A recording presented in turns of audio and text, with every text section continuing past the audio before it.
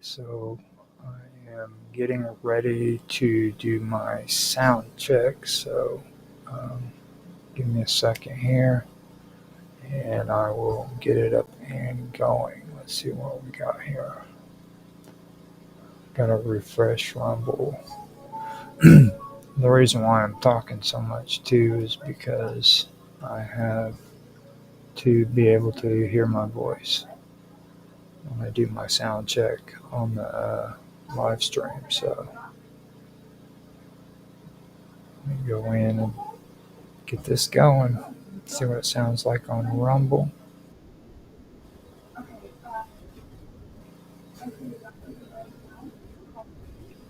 Okay, sounds good on Rumble. Gotta hit refresh on X. Let's see. D Live is up and going. I gotta hit play.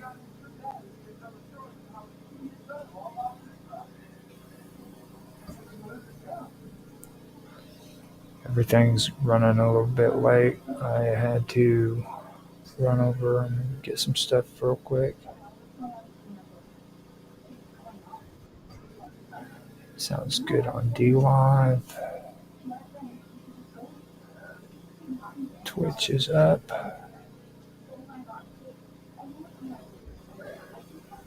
Audio sounds good on there. Kick is up and going.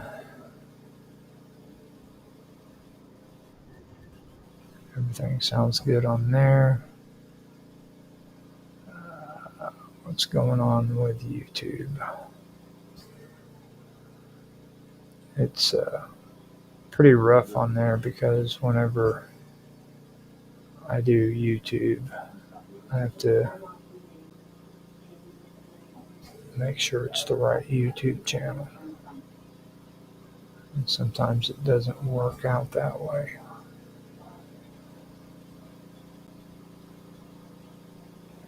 So let me come back into studio and see if it's at least in the studio.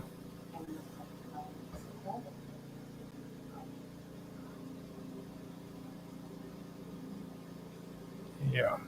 Okay, so live stream conspiracy is being put on there already.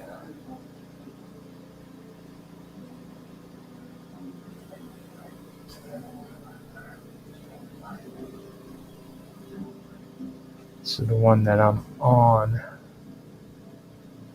isn't needed. Okay, so I'll go in there and we should be set up and ready to go. So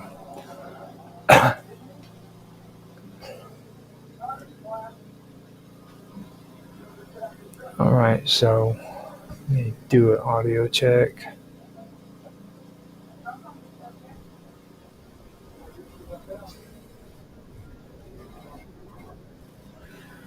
Okay, Joe is back today. He says, "Okay, bro, how are you? Bye, bro. Glad you stopped by, Joe." Okay, today is going to be conspiracy. But first, before I get everything started out, I am going to put on some music so I can go take a quick smoke break and get some coffee. So, with that being said, let me go ahead and get this going. I didn't want to take a chance of not doing an audio test because the other day I had like a 4 hour stream just go completely empty. So I did not want to jump in here and get ahead of myself and not do a good sound check, make sure it's going. So with that, I am going to put on another song from Mr. Robot. Here we go. I'll mute out and I'll be back here in a little bit.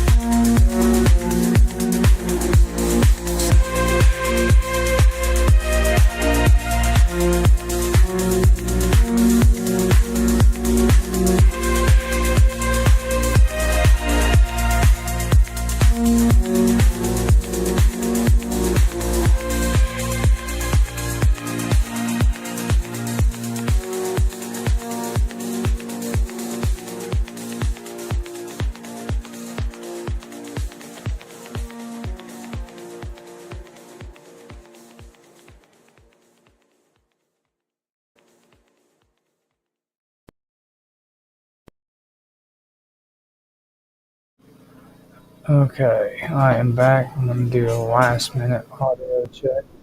Make sure that everything's good. The music actually came out on there, so that was a good thing.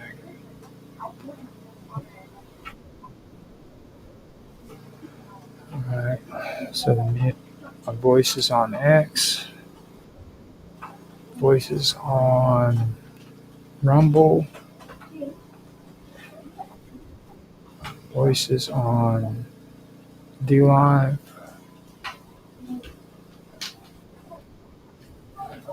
on Twitch, Kick. Well, I can hear, and it's on YouTube.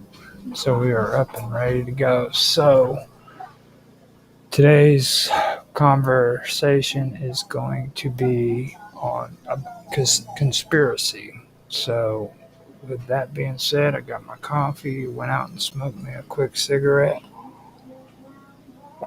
got everything set up, and I am ready to go. So, let me go ahead and actually hold on a minute. I'm going to, okay, here we go. So, I am going to go ahead and do my imaginary countdown, which is to start the show, and I will do the introduction and I'll go into it. Before I get started, I want to say that the music that I used was from Mr. Robot. You can find him on minds.com, Element, and Element, as well as on Rumble. He goes by Illuminati on Rumble, and his channel is Hacker Radio. So if you guys like the music, stop by and check out his mixes, and like, subscribe, and share. Tell him how much you enjoy his music in the comment section. It's very important. So with that being said, I am going to get into this and get started. So let me go ahead and do that. I'll do my introduction.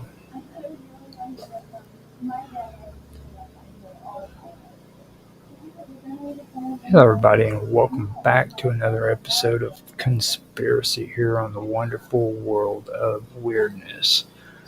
Today, I am going to go a step farther from what I did last week when it came to the JFK assassination. I am going to start adventuring into the New World Order. Now, there's a lot of people who have different opinions of what the New World Order is, but my opinion of it is this: 1984 has already happened, ladies and gentlemen, just so you know. And what I'm going to do is I'm going to go through some things that actually relate to this topic, and it's information that you can find on the internet. It's not classified, it's right there in your face, and all you have to do is check it out for yourself, and you'll be able to connect the dots. So with that being said, I am going to start on my reading. Now, this might have to be more than one episode because it is pretty long. So let me just tell you now that this might not be the entire part of it. I might have to do a sequel to it. So, with that said, I am going to start. Now, members of the Warburg family were deeply involved with the reconstruction of Europe after World War II, particularly in financial and economic matters. The Warburgs were a prominent banking dynasty with ties to both European and American financial institutes, and some of their key figures played significant roles in post-war reconstruction. First, there was James Warburg, and he lived between 1896 to 1969. James Warburg was a banker, economist, and advisor to U.S. policymakers. He served as a financial advisor during the New Deal era and was involved in post-war economic planning. Warburg was a strong advocate for a world federal government and promoted economic cooperation to prevent future global conflicts like World War II. He was a key figure in discussions about the Bretton Woods system, which led to the creation of the World Bank and the International Monetary Fund, the IMF, both crucial institutions for European reconstruction. After that, we have Paul M. Warburg, who lived between 1868 to 1932, and he had pre-war influence. Paul Warburg was one of the architects of the U.S. Federal Reserve System in the early 20th century. Though he died before World War II, his influence in global banking structures played a foundational role in post-war economic policy. Now, after that, you have Max Warburg, who lived between 1867 to 1946.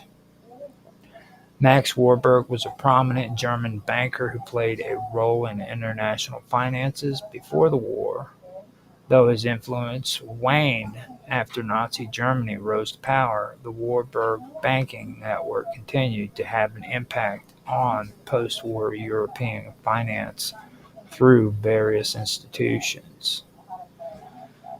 Now, finally, we have Eric M. Warburg, and he lived between 1900 all the way up until 1990.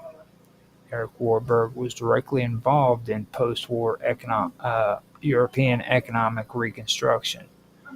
He founded E. M. Warburg and Company, which later became Warburg Pincus, a major investment firm that played a role in post-war financial recovery. He worked with U.S. and European institutions in economic rebuilding efforts, particularly in Germany.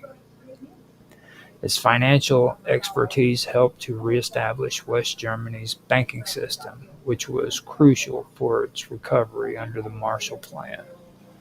Now, this is where we connect from the last episode where I was talking about JFK. Now, the Marshall Plan is where um, one of the members of the Warren Commission was a part of, and that would be the connection there. So this all ties into JFK too, eventually later down the road. Okay, let me shut that door. Okay, now after World War II, Europe needed extensive financial and structural rebuilding. The Warburg family, with its deep connections in banking and international finance, contributed to several key initiatives. First was the Marshall Plan, which was between 1948 to 1952. The Marshall Plan was a U.S. initiative to aid Western Europe's recovery, and it depended heavily on financial institutes with Warburg connections. Eric Warburg and other financiers helped facilitate loans and investments to rebuild German industries. The plan revived European economies, stabilized currency systems, and ensured U.S. economic influence in Europe. Bretton Woods system is another one, and that was in 1944. The Bretton Woods Conference laid the groundwork for the World Bank and IMF, both of which played crucial roles in post-war Europe. James Warburg was involved in discussions about the economic future of Europe. The Warburg family's banking connection helped in shaping international financial agreements that stabilized European economies. Erich Warburg worked closely with U.S. policymakers to rebuild Germany's financial institutions, including Deutsche Bank and other key firms. Now, if you check out Deutsche Bank, you'll find out that they, even today, have real strong ties with the stock market. Now, Warburg led firms provided capital investment that helped restart German industries. Their involvement ensured that Germany could recover economically without falling under Soviet influence during the Cold War. The Warburgs' role in post-war Europe um, uh, was the fact that that, that members of the Warburg family, particularly Eric Warburg and James Warburg, were involved in the reconstruction of Europe after World War II. They played key roles in rebuilding Germany's financial sector, advising on international financial institutions, or advising on international financial institutions like the IMF and the World Bank. They also assisted in post war economic stabilization programs, and they facilitated American investments in European recovery efforts. Their influence helped shape the economic structure that allowed Western Europe to recover and avoid economic collapse, particularly through the Marshall Plan and Bretton Woods system. The Warburgs undoubtedly benefited financially from their investments in post World War II economic reconstruction, including the Marshall Plan. However, due to the complex nature of their financial empire and the private nature of many investment firms, exact profit figures are difficult to determine. Uh, with that said, we can infer their financial gains through several key areas of involvement. Uh, First, the Warburgs' financial interest in post-war reconstruction. Um, the Warburg family, particularly through Warburg Pincus and its European banking connections, profited in these ways. Um, Eric Warburg helped reestablish banking operations in West Germany, including the reorganization of Deutsche Bank and other financial institutions, like I'd said earlier. Now, Deutsche Bank um, is a very, very influential bank even to this day.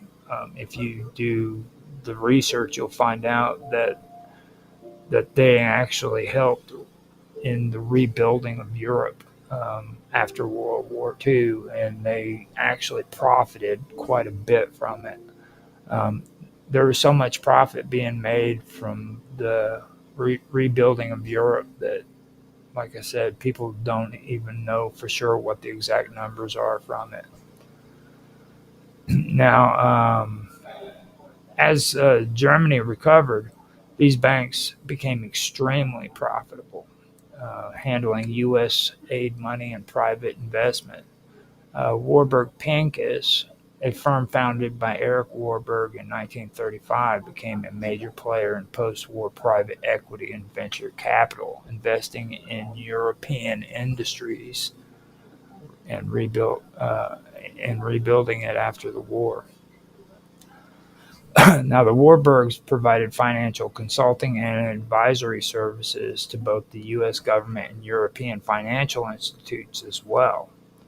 Eric Warburg's role as an advisor to the U.S. military occupation forces in Germany would have put him in a key position to influence investment flows, likely earning fees or indirect financial benefits through business partnerships. The Warburgs helped channel U.S. Marshall Plan funds into private investments, working with major American and European firms. And I'm sure a lot of that also went into their pockets because I would almost bet that their business also included some of those European firms that money went into. So, and American as well, because they had already been established in the United States for quite some time. Now, the Warburgs controlled or affiliated institutions facilitated. No, the Warburg controlled or affiliated institutions facilitated loans, stock issuances, and business deals, offering often profiting from transaction fees or return on investment. As part of the economic rebuilding of Europe, major industrial assets were sold off or restructured. The Warburgs The Warburgs had ties to firms involved in real estate, infrastructure, and industrial development, which saw significant growth during the post-war boom. Companies tied to Warburg-led investments expanded rapidly in Germany, France, and Italy, further increasing profits. Beyond just Marshall Plan funds, the Warburgs also benefited from their deep connection to international banking and financial institutions. James Warburg had direct input into the creation of the Bretton Woods system, which stabilized global finance and created the IMF and World Bank. Warburg-associated banks handled large loans of IMF and World Bank loan distributions, profiting from transaction fees and financial agreements too.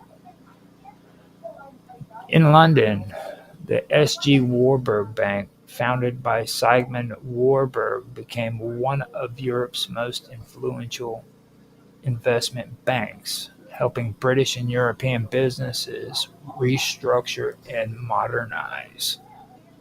S.G. Warburg and Company became known for pioneering Eurobond markets, which allowed European firms to raise capital internationally, a highly profitable innovation. Warburg Pincus, the family's U.S.-based private equity firm, grew significantly in the decades after World War II, using its capital and connections to fund businesses benefiting from the post-war recovery.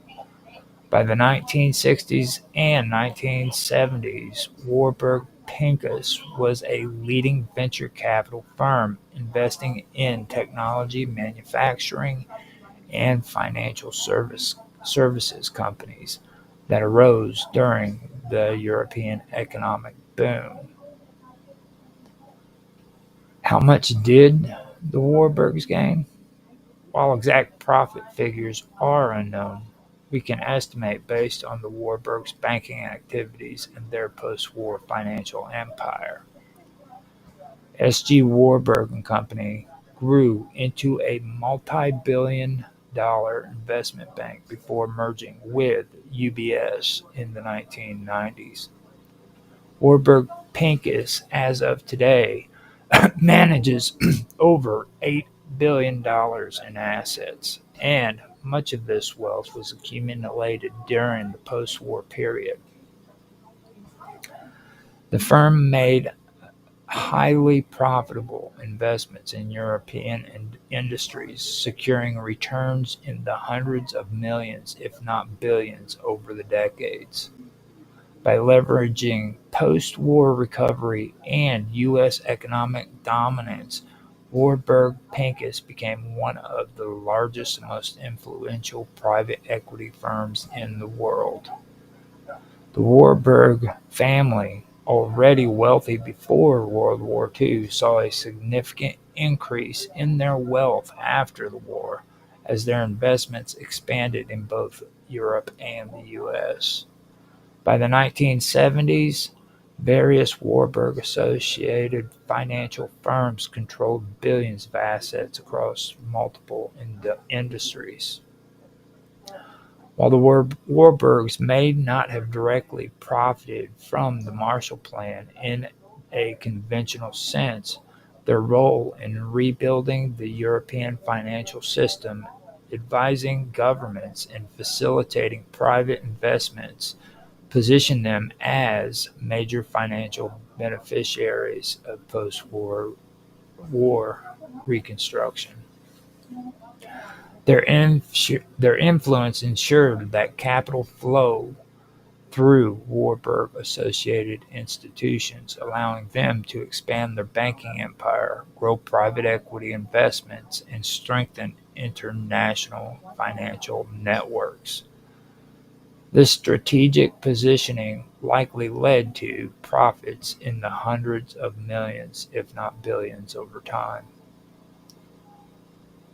Lyndon B. Johnson's comments about the potential international tensions and the risks of war following the assassination of President JFK stem from several geopolitical and diplomatic factors that were at play during the early 1960s. The assassination of a sitting U.S. president was an extraordinary event, and Johnson, as Kennedy's vice president, found himself thrust into the presidency under a cloud of uncertainty. The comments were likely intended to reassure both domestic and international audiences about the stability of the U.S. government and to emphasize the gravity of the situation. Here are some key factors why Johnson might have spoken of such concerns. By the time of Kennedy's assassination, the Cold War between the United States and the Soviet Union was already in a very tense phase. The U.S. and the USSR were engaged in multiple proxy conflicts across the globe, including the Cuban Missile Crisis just a year earlier in 1962, which had brought the world to the brink of nuclear war. Kennedy had been widely credited with handling the crisis in a way that avoided direct military confrontation and nuclear escalation. Kennedy's death raised the possibility of an unstable political tension, especially considering that his successor, Lyndon B. Johnson, had less experience in foreign affairs compared to Kennedy.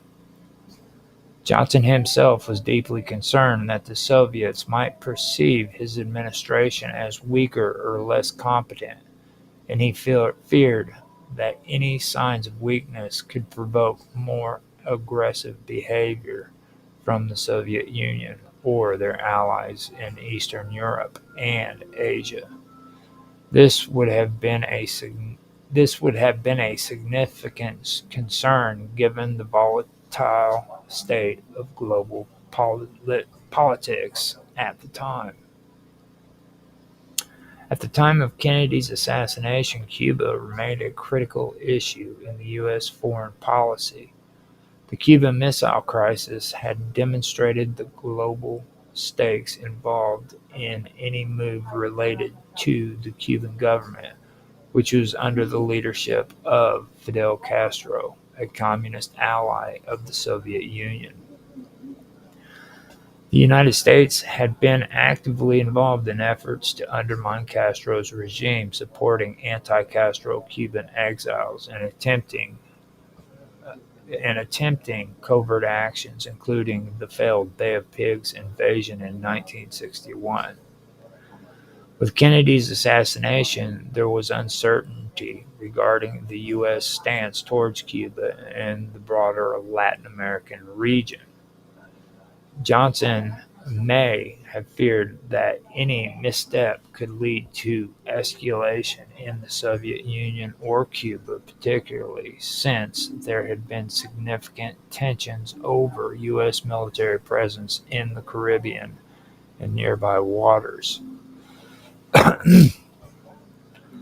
Additionally, Kennedy had been very vocal about his commitment to the Alliance for Progress, a program aimed at improving U.S. Latin American relations. The association raised questions about the continuity of these diplomatic efforts and the potential for instability in the Western Hemisphere. By 1963, the Vietnam War was already an issue that Kennedy had been addressing, though he had not yet committed large scale U.S. military forces to the conflict.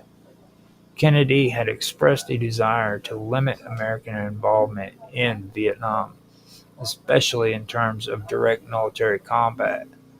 He had also spoken about the need for a negotiated settlement to the conflict, although his precise intentions remain a subject of debate. After Kennedy's assassination, Johnson assumed the presidency at a time when U.S. involvement in Vietnam was increasingly under scrutiny.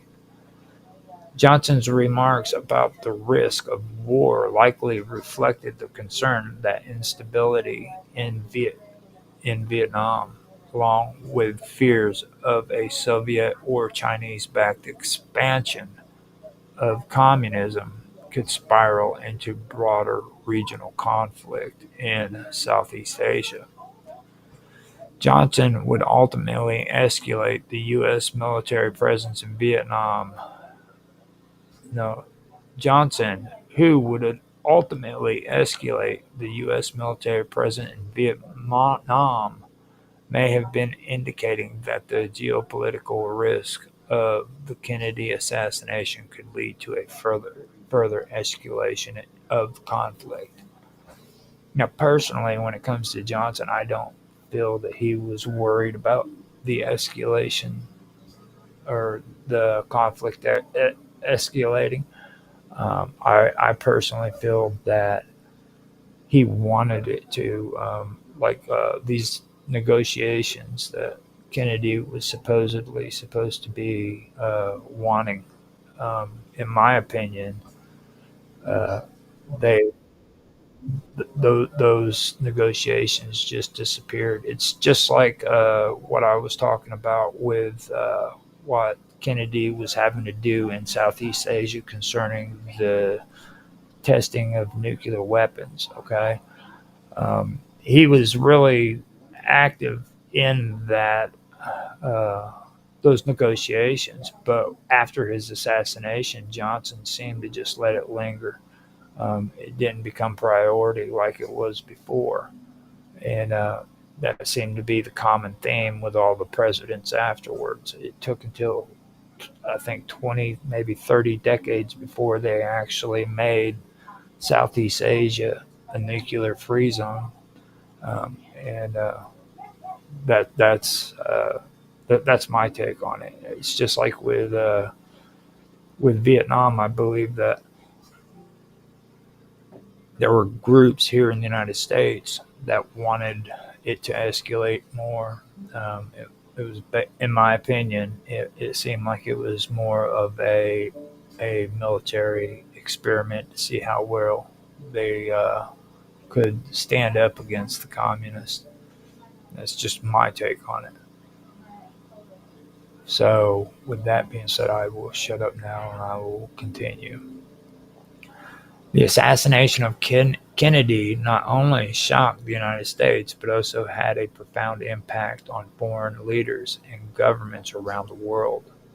Allied countries feared that a change in U.S. leadership might affect the stability of alliances, particularly NATO. Meanwhile, adversaries such as the Soviet Union, Cuba, and China might have seen an opportunity to exploit the uncertainty surrounding U.S. leadership. Kennedy had cultivated a reputation for being a strong, charismatic leader on the world stage. His assassination raised concerns among foreign leaders about the future direction of U.S. foreign policy. Johnson's remark about the risk of war could have been directed at us assuaging assuaging global concerns, um, that the U.S. would not falter in the face of, or eschewing, that's it, eschewing, in the face of, no, Johnson's remark about the risk of war could have been directed at eschewing global concerns that the U.S. would not falter in the face of such a significant loss. He wanted to reassure international allies that the U.S. would remain a stable and formidable global power. Beyond the immediate international concerns, Lyndon Johnson was keenly aware of the need for political stability in the aftermath of the assassination. Johnson had a reputation for his ability to work the U.S. Congress and get legislation passed, but he was aware that his transition into the presidency was clouded by the circumstances of Kennedy's death, as well as the conspiracy theories that swirled around the assassination. Johnson's focus on international tensions and the risk of war could have been a way to solidify his role as president and demonstrate his capability to handle crises on the world stage. By focusing on the importance of maintaining U.S. leadership and standing firm in the face of global challenges, Johnson sought to reassure both the American public and the international community that the assassination would not lead to instability or chaos on the global stage. In the wake of Kennedy's assassination, Lyndon B. Johnson was not only grappling with the loss of his predecessor, but also the heightened tensions of the Cold War, growing conflict in Vietnam, and uncertain diplomatic relations with the Soviet Union, Cuba, and other international players. His comments about international tensions and the risk of war were a reflection of the precarious global situation that existed at the time and the political pressure he felt as the new leader of the free world. Johnson's concern about global instability was justified given the stakes. His presidency would eventually see the escalation of the Vietnam War and continued confrontation with the Soviet Union. But his early focus on reassuring allies and signaling strength in the wake of Kennedy's death helped to ensure that the United States would not appear weak or divided in the face of adversity. In this context, Johnson's comment about the risk of war serves both as a warning and a reassurance to both the American people and the world that the U.S. would remain steadfast in its foreign policy goals and would continue to navigate the complexities of the Cold War, despite the tragic loss of President Kennedy. Yes, John J. McCloy, who was a member of the Warren Commission, had extensive business and political ties that included connections to Nazi Germany before World War II. His involvement in Germany's industrial and financial sectors before and after the war has long been a topic of historical scrutiny. Here's a breakdown of his activities. Before World War II, McCloy was a prominent Wall Street lawyer with the firm Cravath, Swaine, and more, where he specialized in international finance. His legal work brought him into contact with I.G. Farben, the massive German chemical and industrial uh, conglomerate, uh, conglomerate, conglomerate. I'm sorry. The massive German chemical and industrial conglomerate that played a significant role in the Nazi war machine. I.G. Farben was deeply intertwined with Nazi Germany's economy and was involved in the production of chemicals, synthetic rubber, and fuel that were essential to the Nazi war effort. McCloy advised I.G. Farben and other German businesses before the war, particularly on legal and financial matters. He helped facilitate U.S.-German business dealings at a time when American investment in Germany was still legal and profitable. McCloy later became Assistant Secretary of War during World War II between 1941 and 1945, where he played a key role in U.S. military strategy and policy decisions, including the internment of Japanese Americans and the decision not to bomb Auschwitz, despite knowing about the concentration camps. After the war, he was appointed U.S. High Commissioner for Germany between 1949 and 1952, effectively making him the most powerful American official in post-war Germany during the occupation. His role included overseeing the denazification process, but controversially, he commuted the sentences of several high-profile Nazis and industrialists, including figures from I.G. Farben, who had been convicted at the Nuremberg trials. Fritz Termeer, a high-ranking I.G. Farben executive convicted of war crimes, was released early under McCloy's orders. Many former Nazis and industrialists were reintegrated into German society and politics under McCloy's leadership. In 1963, McCloy was appointed to the Warren Commission, which investigated the assassination of President JFK. His presence on the commission raised suspicions among some researchers due to his background in intelligence and finance, as well as his deep connections to powerful elites. Due to his background, critics argue that McCloy was part of a powerful network of business and intelligence figures who influenced global politics behind the scenes. His involvement in German industrial finance, his post-war clemency decisions, and his role in the Warren Commission have led some to question whether his participation in the Kennedy investigation was indeed to reinforce the lone gun narrative, rather than explore potential deeper conspiracies.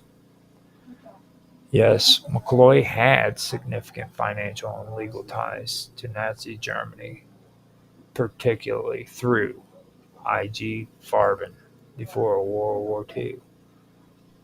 His influence in post-war Germany and his participation in the Warren Commission make him a controversial figure in 20th century history. Some researchers believe that his presence on the Warren Commission was part of a broader effort to maintain the official narrative about JFK's assassination, while others see him simply as a high-level establishment figure with extensive government experience. Yes, Several members of the Warren Commission had backgrounds that have raised suspicions among researchers and critics of the official narrative regarding the assassination of President John F. Kennedy. Many of these individuals had deep ties to intelligence, big business, and Cold War era politics, political establishments too. Here are some key figures from the Warren Commission who, like John J. McCloy, had questionable backgrounds. First, we have Allen Dulles, former CIA director. Why his background was suspicious?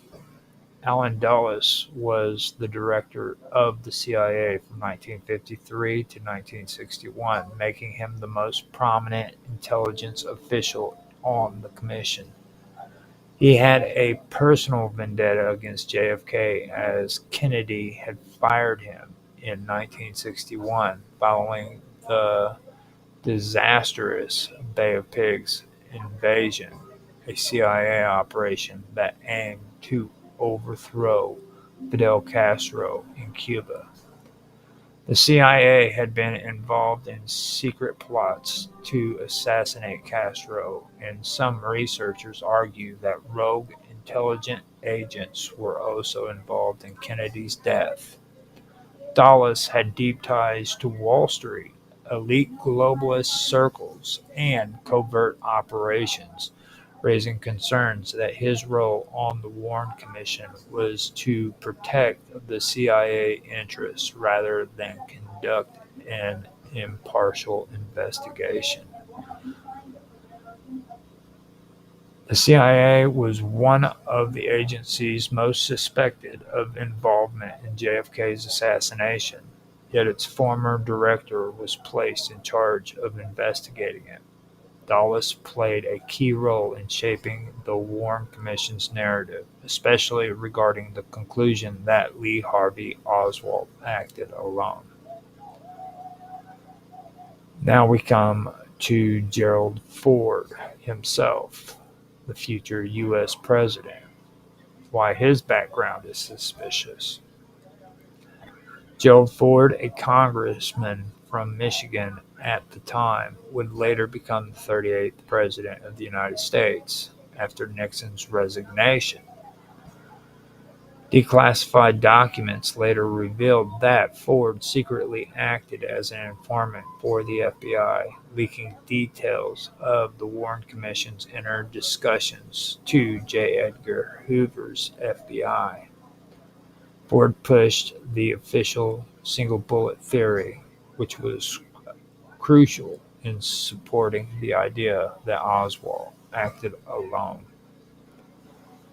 By leaking the information to Hoover and the FBI, Ford played a role in shaping public perception of the investigation. As president, Ford appointed George H.W. Bush as CIA director, further linking him to establishment political networks suspected of involvement in covert activities. After that, we come to Earl Warren, Chief Justice of the Supreme Court. Why his background is suspicious? As Chief Justice of the United States, Earl Warren was reluctant to lead the commission, but President Lyndon B. Johnson pressured him into accepting the role. Warren was involved in the cover-up of key evidence, including restricting access to JFK's autopsy reports. He opposed investigating CIA and FBI connections to Oswald, despite evidence that Oswald had been monitored by multiple intelligence agencies before the assassination. His role as Chief Justice gave the Commission credibility despite his reluctance to fully explore alternative theories. Warren sealed key assassination records for 75 years, fueling speculation that there were more to the story than the commission admitted. After that, we come to Lee Rankin, general counsel for the Warren Commission. Why his background is suspicious? J. Lee Rankin was a Washington insider who played a major role in shaping the Warren Commission's final report. He actively suppressed witness testimony that contradicted the official story, such as evidence of additional shooters or connections to intelligence agencies. Handling of the medical and ballistic evidence was criticized for being biased towards confirming the lone gunman theory. Rankin ensured that controversial evidence such as discrepancies in the medical reports was either ignored or downplayed. He helped craft the final narrative that Oswald acted alone, despite conflicting testimonies and evidence. Now we come to Richard Russell Jr. He's a U.S. Senator. Why his background is suspicious. Senator Richard Russell Jr. was a powerful Democrat senator from Georgia with an influential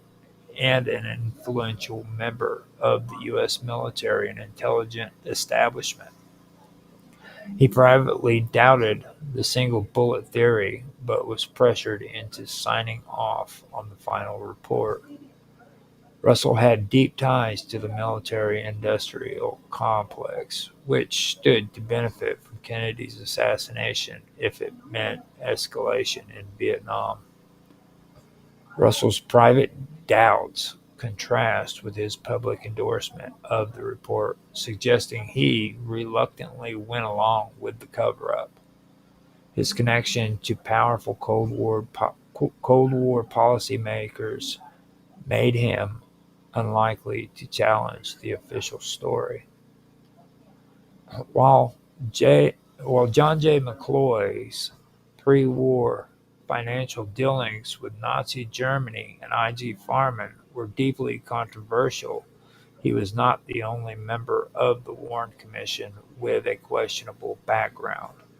Several other members had strong ties to the CIA, FBI, military-industrial complex, and intelligence networks, leading critics to argue that the commission was designed to reinforce the lone gunman theory rather than seek the full truth.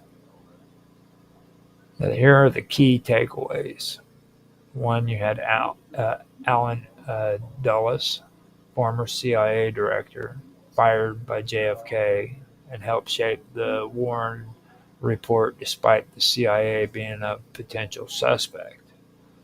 Then you have Gerald Ford, he secretly leaked information to the FBI, pushed the single bullet theory, and later became U.S. president. After that, you have Earl Warren. He restricted evidence, sealed records, and prevented deeper investigations into intelligence agencies. Then you have J. Lee Rankin. He controlled legal proceedings and suppressed conflicting witness testimonies. Then finally, you have Richard Russell Jr. He privately doubted the report, but was pressured into signing it. Now, given the background of these key members, many researchers argue that the Warren Commission had never meant to uncover the full truth, but rather to provide an official narrative that protected powerful institutions. So that is what I have right there when it comes to the New World Order and how things work. Okay, McCloy plays a really, really big part in this, and the Warburg family also plays a big part of this. I'm going to come back later on too and go farther in with the Warburgs and discuss some of their dealings. Um, I wanted to introduce this from the time of the rebuilding of Europe because this is very, very crucial when it comes to what I've been learning. Um, some would say that World War II was not a mistake. It was actually manufactured and it was encouraged by a lot of these powerful uh, rich men. And from a lot of the stuff that I have learned, I can agree that that would be the case. Um, I know that for me, whenever I learned about people like Max Warburg and Paul Warburg, it really amazed me. Now, when I go further, I will be talking more about them. The reason why I wanted to bring Eric Warburg up is because Eric Warburg was very, very important when it came to the rebuilding of Europe in World War II. Um, it's him and James Warburg that actually played important roles in that. So while they were over in Europe rebuilding Europe and getting extremely rich, Paul Warburg and Max Warburg were also over here in the United States getting rich as well.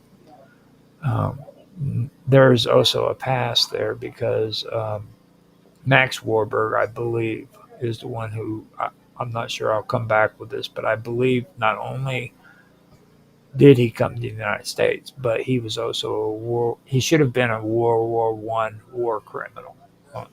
He was a financial advisor to the king, I guess you'd say, of Germany. I don't know what the term would have been for him during that time, but he advised him on economic spending and everything during the war, and he was very important to the Germans when it came to fighting against the Allies. Now, this is the war where a lot of people died because of chemical warfare and stuff of that nature. Now, he was directly involved with the enemy during World War One, and then after World War One and World War Two started, that's when things got a little hairy for him because the regime ended up being the Nazis, who were uh, really, really anti-Jewish. So things started happening to where he had to leave the country, and he just came right on over to New York City, and we welcomed him in with open arms, even though by all accounts he should have been a war criminal after World War One. This is the kind of stuff that I'll be getting into later on when I come back to this, but I did want to start it out here.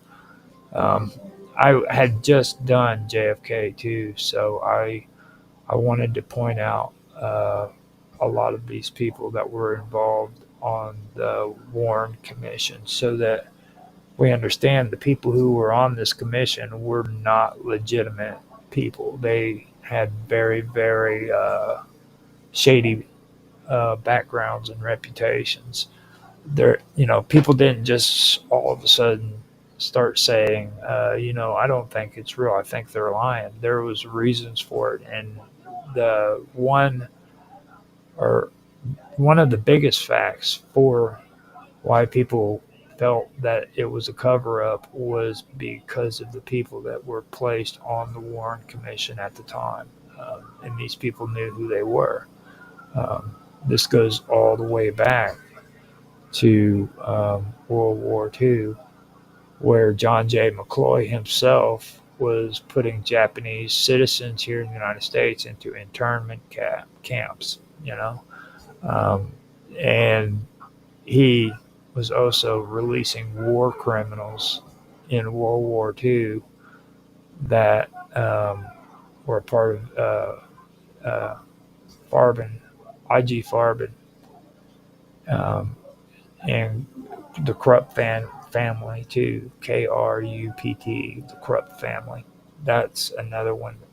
So, like I said, I will be coming back, and I will have more on this subject later on. I want to go through, see if I have anybody in the chat sections before I end the show. It doesn't look like there's anybody there, which is good. So I can just get the heck out of here. Let me double check and make sure my audio is actually working before I do that.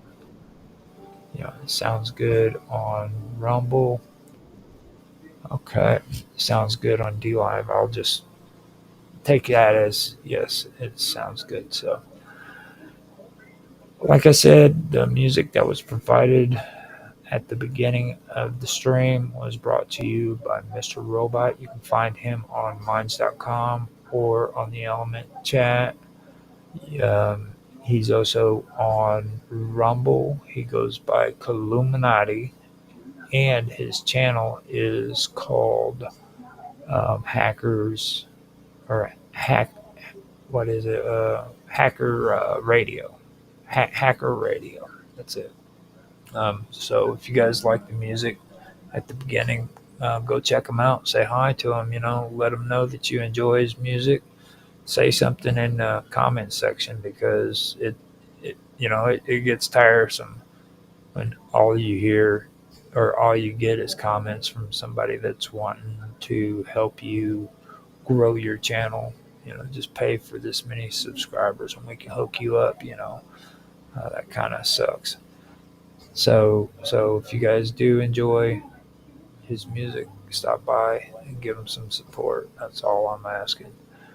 Um, I am streaming on Rumble, X, D Live, Twitch, Kick, and YouTube right now. Sometimes I do stream on Odyssey, but not this time of year. I have different things going on, so that's not happening. I have the Wonderful World of Weirdness on YouTube as well as Rumble.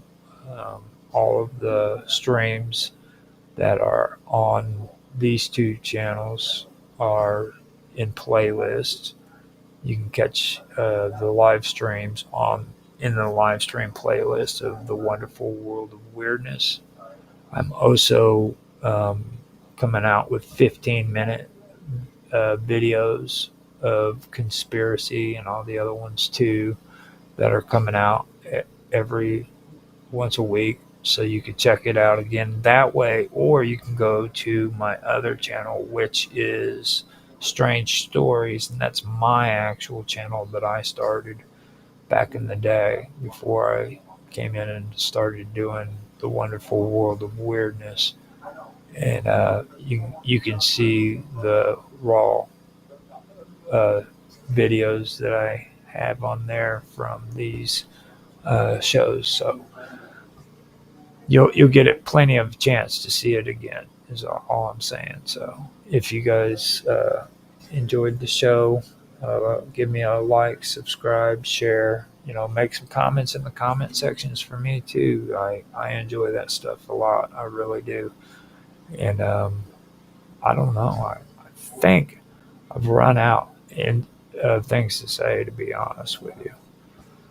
Now, later on, like I said, I can come back to this because this is something that I do want to go further in. I also want to discuss Operation Gladio. I think that's important. Get into some of that and make a topic out of that, so that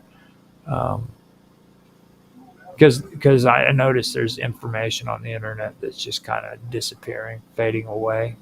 I don't know if people are not talking about it or if it's just being erased, but I figured it's time for me to get in here and start putting some of this up because it's good that we keep this stuff going and let people know the stories behind a lot of this stuff. So with that being said, I think I'm actually done. I have been trying my best to make it to the hour and 15 minute point so that I can make it an official 1 hour stream. Because I'm pretty sure it took me 15 minutes, maybe 16 minutes to get everything up and going and do the sound checks and stuff. So I'm just here to waste a little bit of time. I hope you guys enjoyed, and I hope you had a good night. I will talk to you later.